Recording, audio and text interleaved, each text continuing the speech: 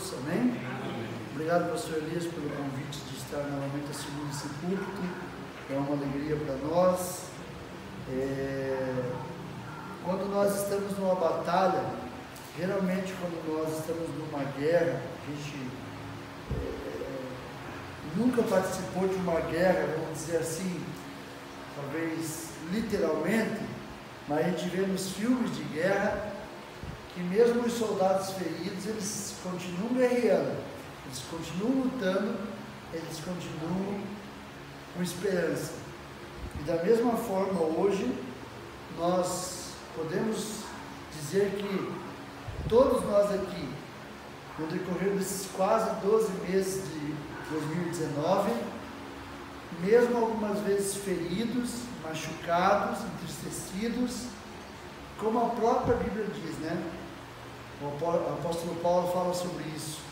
Nós não fomos vencidos. Amém. Tem um hino que diz isso, né, pastor Elias? Não seremos vencidos. Jamais nós seremos vencidos. Até porque a nossa vitória já foi conquistada na cruz. Não é que nós teremos a vitória verdadeira nós já tivemos na cruz do Calvário. Amém. Essas coisas materiais são detalhes que nós precisamos, obviamente. É claro que precisamos.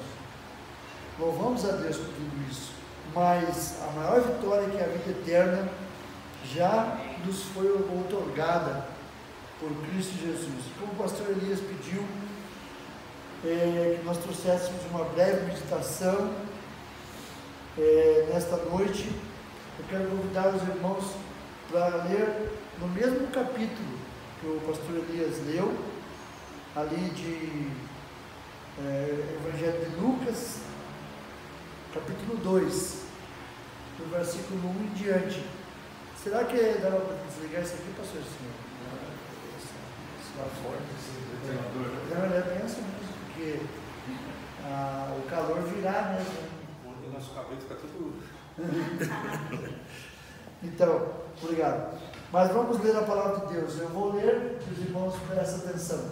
E aconteceu naqueles dias, saiu um decreto da parte de César Augusto, imperador, para que todo mundo se alistasse. Então, uma coisa que me chama a atenção é que a gente pensa nessa organização de hoje, né? Por exemplo, hoje nós temos no Brasil, a gente chama de IBGE, né? Que faz o censo e tal, mas isso já é uma coisa muito antiga. Veja que nós estamos vendo de 2000 anos atrás, né? O governo romano, através do seu imperador chamado César Augusto, né? Não sei se os irmãos quantos sabem, falando historicamente, né? Que César era um título, né? Tinha Césares, né? Então César Augusto é como se fosse por exemplo, no Egito, os faraós, obrigado, né? Então, César Augusto, naquela época, era ele que governava todo o Império Romano. Naquele momento era o Império Romano que comandava o mundo. Antes era o Império Grego, o Império Romano venceu o Império Grego e naquele momento era o Império Romano quando Jesus nasceu. Então já havia essa organização. Versículo 2. Este primeiro alistamento foi feito sendo Quirino, presidente da Síria. Pode para frente. Para vocês verem também um país, né, que a gente vê aí no jornal e tal. A Síria, né, país antigo também. E todos iam alistar-se, cada um a sua própria cidade. Então, o que é a norma?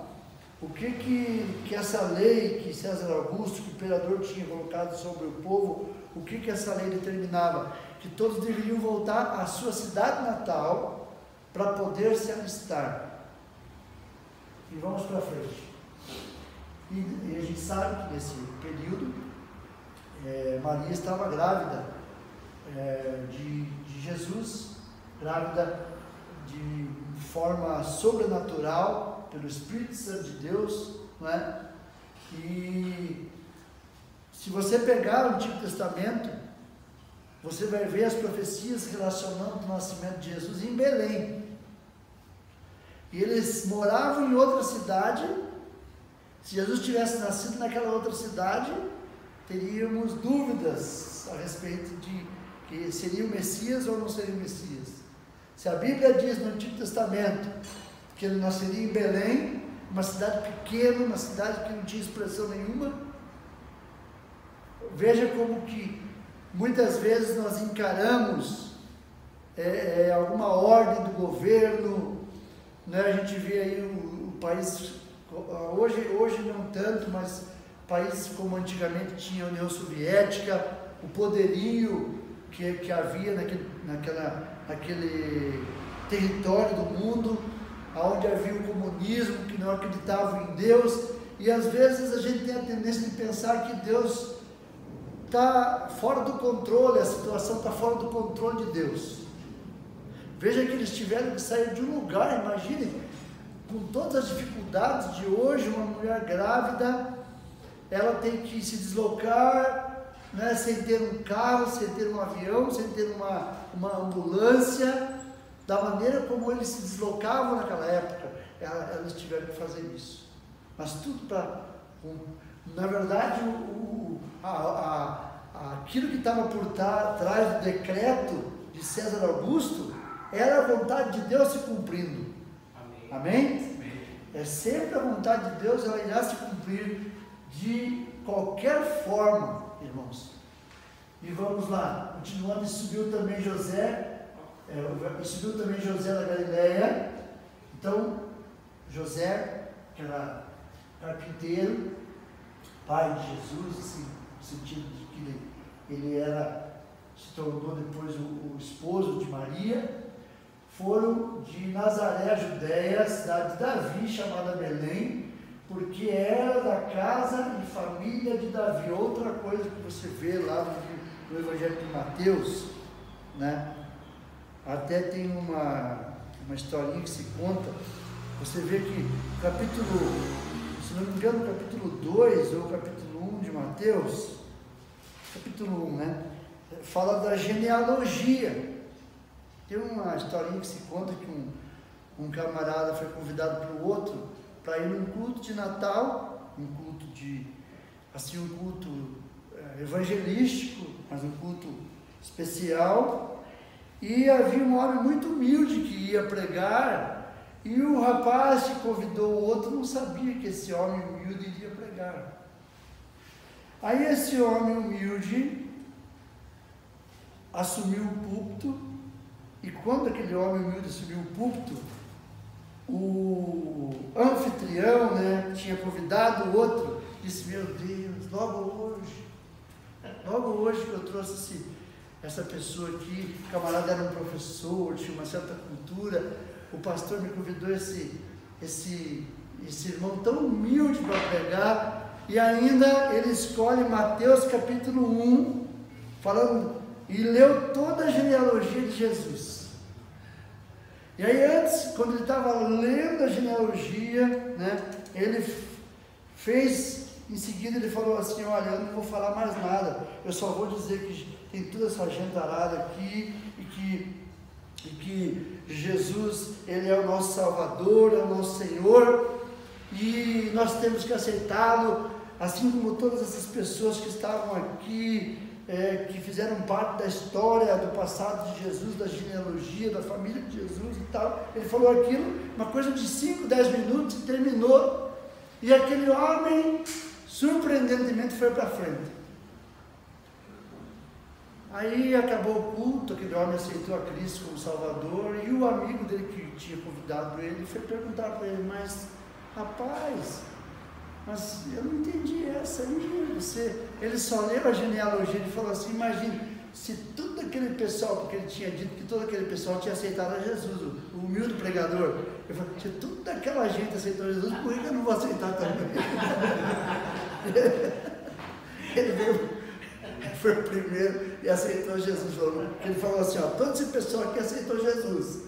Ele não tinha entendimento de exegese, de hermenêutica, nada. Aí ele falou: imagina que eu não ia aceitar também, né? Aquele homem aceitou Jesus. Mas enfim, amados irmãos, dando continuidade aqui, ali onde eu queria chegar é que lá no capítulo 1 de Mateus, a gente vê que Jesus, por ser filho de José, né, vamos dizer, o pai terreno de Jesus, não é? Não foi ele, obviamente, que gerou Jesus no ventre de Maria, foi o Espírito Santo, conforme nós cremos, conforme a Bíblia diz, mas ele era descendente de Davi. E Jesus então tornou-se também descendente de Davi. Era descendente. Tudo se cumprindo as profecias bíblicas. Olha para frente. A fim de alistar-se com Maria, sua esposa, que estava grávida. 6. E aconteceu que, estando eles ali, se cumpriram os dias. Então, os 9 meses, Maria, que é uma mulher que tem que esperar para ter um filho. Imaginem, agora você consegue imaginar o sofrimento que foi a viagem, aquele percurso da cidade onde eles moravam até Belém, de uma mulher que estava prestes a ganhar o bebê. Ali diz a Bíblia que quando eles estavam lá fazendo o alistamento, estavam se cumprindo os dias em que ela havia de dar a luz. E o versículo chave que vai encerrar a mensagem dessa noite é o 7. E aí o que aconteceu? E deu à luz a seu filho primogênito, e envolveu-o em panos, e deitou numa manjedoura, porque não havia lugar para eles na estalagem. Então, irmãos, Deus colocou esse versículo 7 no meu coração. Em primeiro lugar, é você pensar na palavra primogênito. Primogênito significa, não é unigênito, é primogênito. Primogênito é o primeiro filho. Uma pessoa que teve um primogênito significa que ela teve o quê? Mais filhos, né? Teve 2, teve 3 e assim por diante. Então isso nos dá, não só esse versículo, a gente podia usar outros versículos, nos dá o embasamento de que Maria, ela foi virgem até o momento em que ela deu à luz a Jesus. Mas ela teve outros, Jesus teve outros irmãos e ela teve outros filhos com o seu esposo José. A Bíblia fala, inclusive, de alguns dos discípulos, de alguns dos que seguiam Jesus como irmãos de Jesus, né? A Bíblia fala também da família de Jesus, né? Que uma certa feita Maria foi com a família lá onde Jesus estava. Jesus disse que eles não se preocupassem porque ele estava fazendo a vontade do Pai.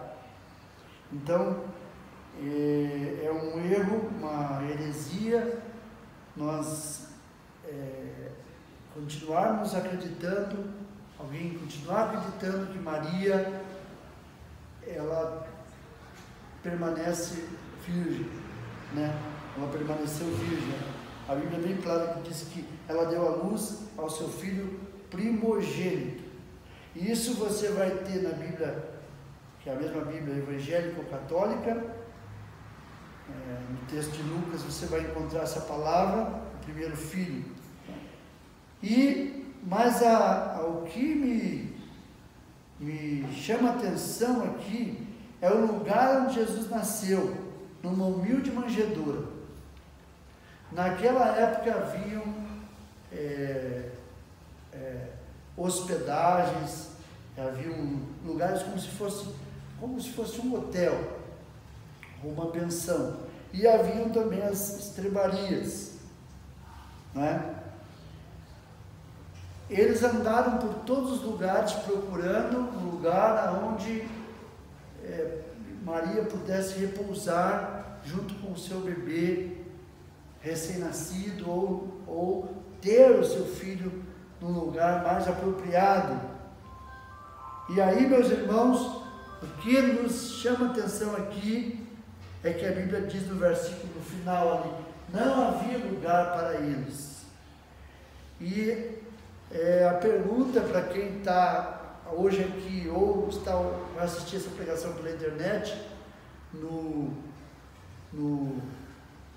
na página da igreja, do YouTube, se nós temos dado lugar para Jesus na nossa vida. Qual é o espaço que Jesus tem tomado na nossa vida, irmãos? Será que a gente lembra de Jesus apenas agora, hoje, nesse tempo de dezembro, Natal? Talvez na mesma proporção que a gente lembra do Papai Noel? Tem muita gente que evoca o Papai Noel e não é capaz de falar no nome de Jesus. Quantas pessoas hoje, meus amados irmãos, estão fazendo outras coisas, poderiam estar aqui, poderiam estar em outras igrejas cristãs, cultuando o nome do Senhor e não estão. Mesmo que às vezes você ofereça até um jantar, as pessoas não vêm, porque não há lugar na vida de muitas pessoas para Jesus. Qual é o lugar que Jesus tem ocupado na sua vida? Por que Jesus nasceu na manjedoura? Porque não havia lugar para ele nas estalagens, nos outros lugares, nos pequenos hotéis, nas pensões de Belém. Estava tudo lotado. E a pergunta que nós fazemos é: o que tem preenchido o coração das pessoas? Assim como essas estalagens estavam cheias, o coração das pessoas estão cheias de algo que não tem nada a ver com Jesus. Né? Quando nós devemos realmente, nosso coração deve estar voltado para Jesus, deve estar sempre lembrando, em primeiro lugar, de Jesus. Essas coisas que estão acontecendo, que Deus tem abençoado, esse projeto da igreja, e esse sonho que começou no coração de Deus e está hoje se concretizando na vida da igreja, é porque com certeza é aquilo que a Bíblia diz: buscai primeiro o reino de Deus e a sua justiça, e as demais coisas vos serão acrescentadas. Né? Talvez, falando, por exemplo, do Guilherme, ele como exemplo, citando ele como exemplo, ele poderia estar tocando em qualquer outra igreja grande, com o talento que ele tem, porque a gente sabe, o pastor Elias aí já foi líder da nossa denominação, sabe que tem muitos filhos de pastores que eu conheço um pastor que ele canta muito bem, e infelizmente os filhos dele cantam para o mundo. Ele mesmo é cantor, mas os filhos cantam para o mundo. Amados irmãos, então o Guilherme poderia estar numa outra igreja, mas agora ele está vendo Deus honrando ele, e Deus vai honrar cada um, né? Deus vai honrar cada um. Deus vai honrar o pastor Elias, o Júnior, a irmã Felina, sua filha, o Yuri, a Kate, o Mateus, o Adriel. Deus vai honrar a mim, em nome de Jesus. Deus vai nos honrar. Só não esqueça dele. Não pense nele só nessa data. Não faça como aqui, não havia lugar para ele. Né? Tem muitas pessoas, eu não sei se vocês já viram aquela ilustraçãozinha, que tarde demais para isso, tarde demais para aquilo, tarde demais para estudar, né? E aí o último lá, a pessoa já lá no caixão ou no cemitério enterrado, tarde demais para aceitar Cristo.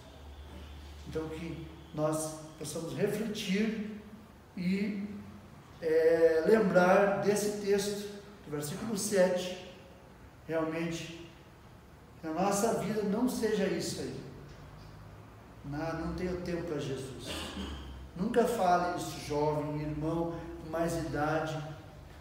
Irmão, terminando, eu era pastor de uma igreja no interior, que o pastor Elias conhece lá. Não vou falar o nome da cidade, porque para não faltar com a ética, mas havia não no tempo que o pastor Elias conheceu, antes, bem antes disso, quando eu estava lá, o vice-moderador da igreja, um dos líderes principais, que as pessoas olhavam assim para ele, era o esteio da igreja.